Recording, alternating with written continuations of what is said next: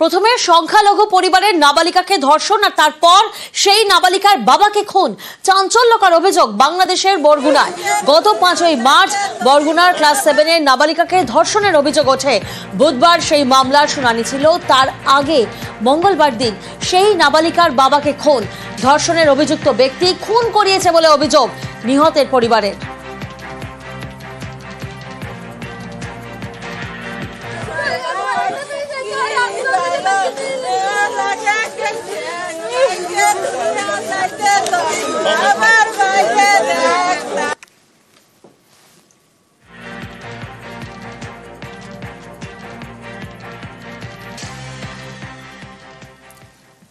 অন্যদিকে রমজান মাসেও বাংলাদেশে কট্টরপন্থীদের তাণ্ডব।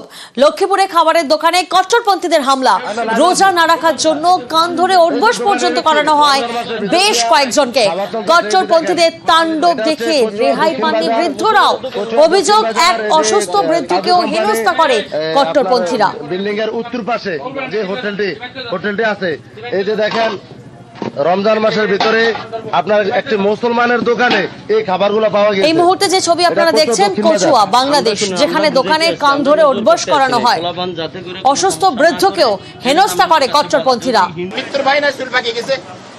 আর এবার দেখুন লখিমপুর, বাংলাদেশ, সেখানেও রোজা না রাখায় শাস্তি দেওয়া হয়। খাবারের দোকানে হামলা কট্টরপন্থীদের।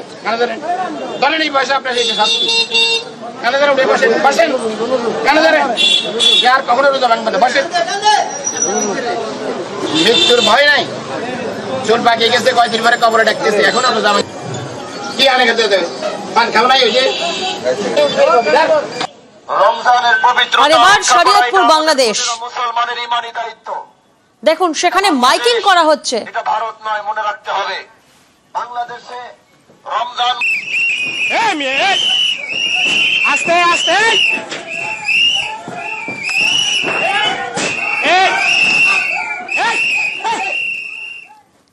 জলে জল ঘোলা, কল খুললেই নোংরা জল, জলে দুর্গন্ধ। এই জল খেয়ে অনেকেই অসুস্থ হচ্ছেন বলে দাবি। হাওড়া পুরসভার 27 নম্বর ওয়ার্ডে চরম দুর্ভোগ। খবরের জেরে পদক্ষেপ পুর কর্তৃপক্ষের।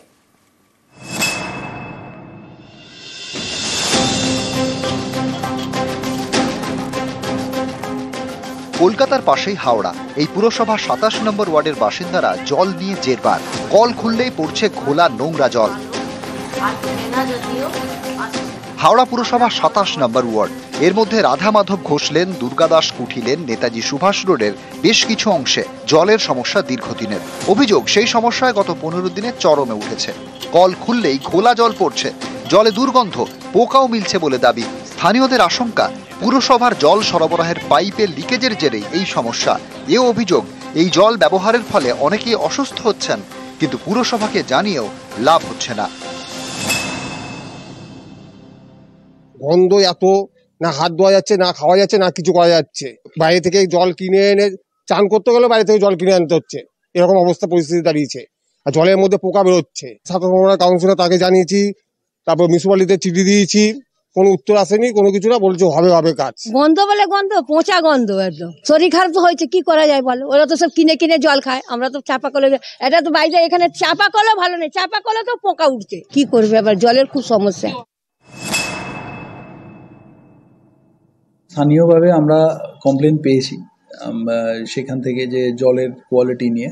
এখানে আমাদের অনেক সময় বিভিন্ন জায়গাতে জলের লাইনের খুব প্যারালাল ড্রেন পাইপস বা এটসেট্রা যায়।